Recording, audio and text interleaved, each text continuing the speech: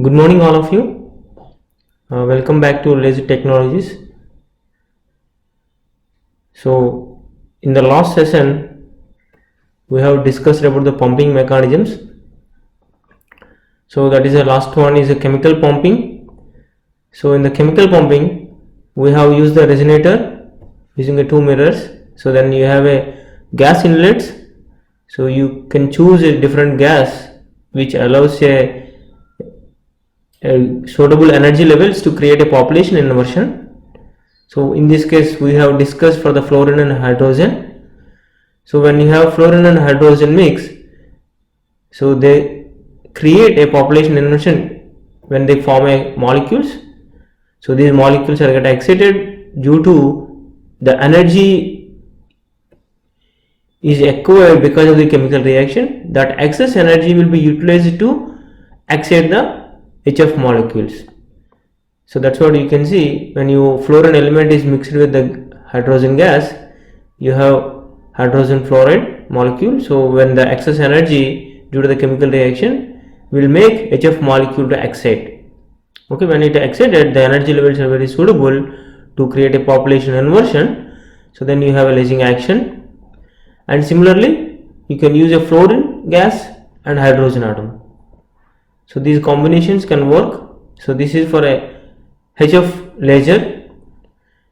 So the laser output in the range of 2.7 to 3.3 micrometers, and also we have discussed some other chemical pumping mechanisms can happen HBr and other sources.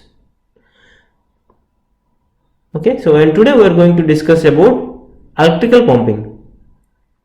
So we can also pump atoms into excited state by electrical pumping.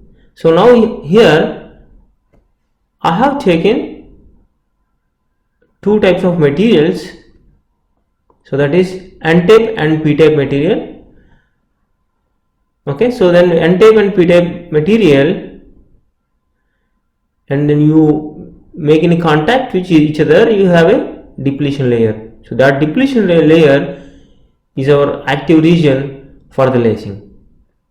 So in this case we are discussing about a gallium arsenide laser.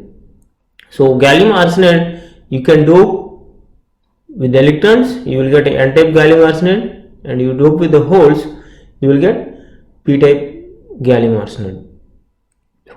So overall the material is gallium arsenide, but your dopings are different on the top side and the bottom side. So the top part is a N-type and bottom part is a P-type. So now if you take the dimensions of this laser, and you can see the depletion, and the depletion region is quite small. It's like if you see the overall dimension of your laser system is lengthwise 1 millimeter and widthwise 10 microns. So here this is 20 microns on the top side and 20 microns on the bottom side. In the middle you have a active region which we call a depletion region of 1 micrometer. Okay, so now these are the contacts. So you can apply a contact, say N-type and P-type. So that is, if you apply a voltage, you will get lasing action from your depletion region. Okay, so this is the main mechanism of the electrical pumping. So now we see in the energy level diagram, in the N-type region, so this is your valency band and this is your conduction band. So N-type means you have heavily electron dope, so your conduction band also filled with the electrons, that you can see here. When there is in the P-type region, okay, when there is a P-type region, it's a heavily hole dope. Okay, so that is why you can see it's a more holes in the P-type region. So now when you make in contact between N-type material and P-type material, now your bands will be bending happens. The bands will bend. So initially your bands is like this. For example, I am just drawing for your visibility. So this is your bands and this is your bands for the electrons. Now you make in contact. So now what happens when you make in contact, your electrons will exist, reshuffle, okay, to make your Fermi energy level comes into the red line. This is your Fermi energy level for the whole device. Like you combine n type and p type together, so the whole device have a Fermi level will change because they will come to the equilibrium state. So the electrons will move to other side, so you will get this Fermi energy level is here. Okay, so now this is a no bias condition. So this is at equilibrium condition, you will get this is your electron distributions and hole distributions. So now this is your active region. So this is the energy levels. So now for example in the active region, these are you can call as in the conduction band, you don't have any electrons in the p type as well as in the active region. Okay, so now we apply the bias. When you apply the bias, what happens? So now you apply the bias, so your electrons will go to your conduction band. So where conduction band minimum is there, see it will go to the conduction band of your p type here, but the energy level is the conduction band minimum is lower, so that electron always drift or move towards the lower energy state. So it always comes this direction. So now it is your electrons will be depleted in this complete region. So it's always now you have a population inversion will takes place in the depletion region, or we call active region. So now you can see here there are more number of electrons compared to the number of electrons in the active region. Okay, that creates the population inversion. Okay, when you have population inversion, you have a lacing action. Okay, that is the way your lacing will come from this transition in the active region. So this is why through electrical pumping you will get a lacing. So next we move on to electrical discharge or a collision pumping. Okay, the electrical discharge to make the collisions to happen. In principle, the pumping is actually a collision pumping. To have a collision, we are using a technique called electric discharge. Okay, for that we are constructing a laser cavity using two mirrors as we have discussed previously. So one of the mirror having a high reflectivity, it's almost close to 100%, and other mirror is a partially reflecting mirror. In this case, it's approximately 98 to 99%. Now you have a gas chamber. So you have a gas chamber with a anode and cathode. Now in the gas chamber, for example, now we are taking helium and neon gas. Okay, so now you have a helium atoms which are almost 90% of the gas in the container, and neon is almost 10%. Okay, so now you apply a potential difference so that the electrons will drift from your cathode to anode. So when you have a high potential difference, the electrons will move from here to here, and it acquires energy because it has a movement. When there is a movement, it has certain velocity. When it has a velocity, it has a kinetic energy. Okay, this kinetic energy will add to the electron. So the electron carries with the kinetic energy, it acquires energy as it passes through the one end to other end. So now your helium atoms and neon atoms,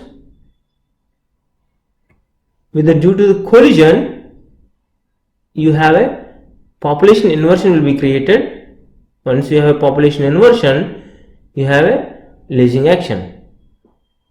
Okay, so now tell me why I am using 90% helium atoms and why I am using 10% neon. Why not neon atoms will be 90% and helium is 10%? What is the reason?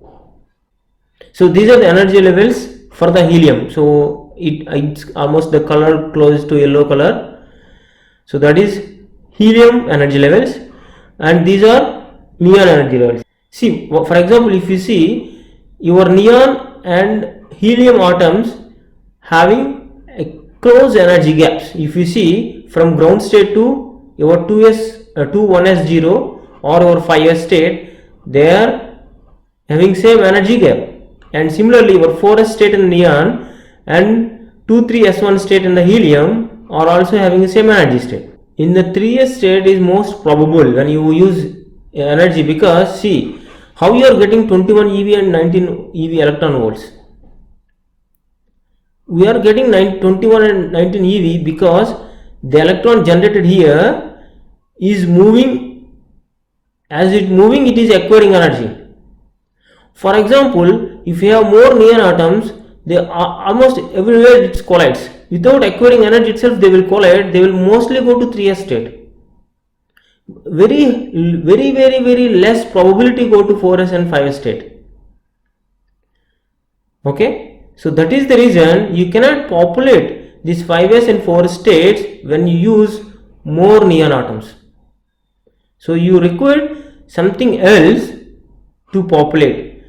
So now you choose helium atoms because they are very close to your 5s and 4s energy states, and also there is no any middle energy levels in the helium atom. So you can directly, because you can directly pump to helium atoms.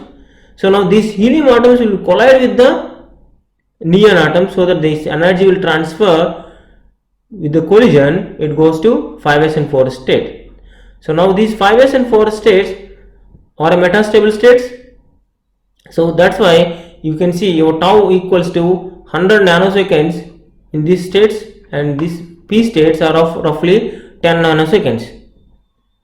So that is why when there is a metastable states, you have enough time to accumulate the population inversion between 5s, and there will be different transactions will allow. You are exciting the helium atoms. So via collision, helium atoms are transferring the energy to neon atoms. So these neon atoms will de-excite to 4p states and gives the lasing action. So now you have a population inversion between 5s to 4p. See, this 4p will be never populated, so it's always empty. So you always have a continuous wave lasing action will come from the helium neon laser. Okay, when you take a helium neon laser, it's always no, the 5s to 4s or 4s to 3s, they are forbidden due to electric dipole transitions.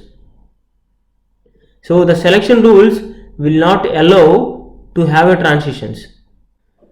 So now you have a lasing from your 5s state to 4p state. So the wavelength of the laser will be 3.39 micrometers, and for example your 5s to 3p state, you will get 632.8 nanometer. That is a prominent laser. If we call helium neon laser, generally we always see 632.8 nanometer. And also it's possible from 5s to 3p state you have a 543 nanometers.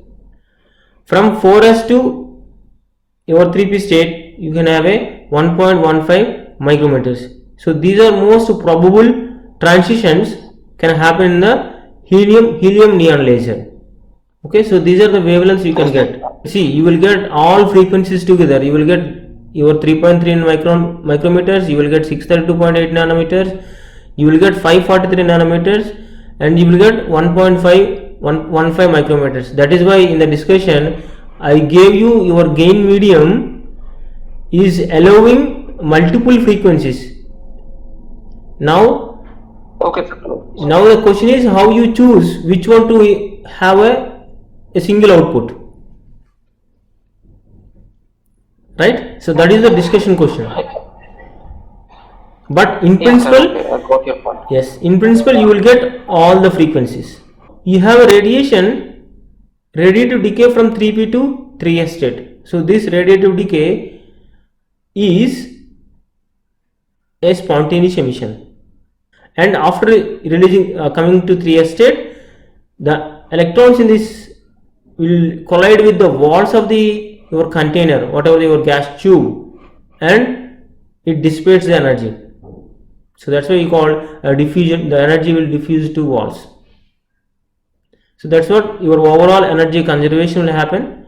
Once you get the energy of 21 electron volts, you have what of energy will goes to your lasing actions like with the different frequencies, and remaining energy will be get wasted as a diffusion to the walls. So that is the overall picture of your helium neon laser. Okay, I will stop here.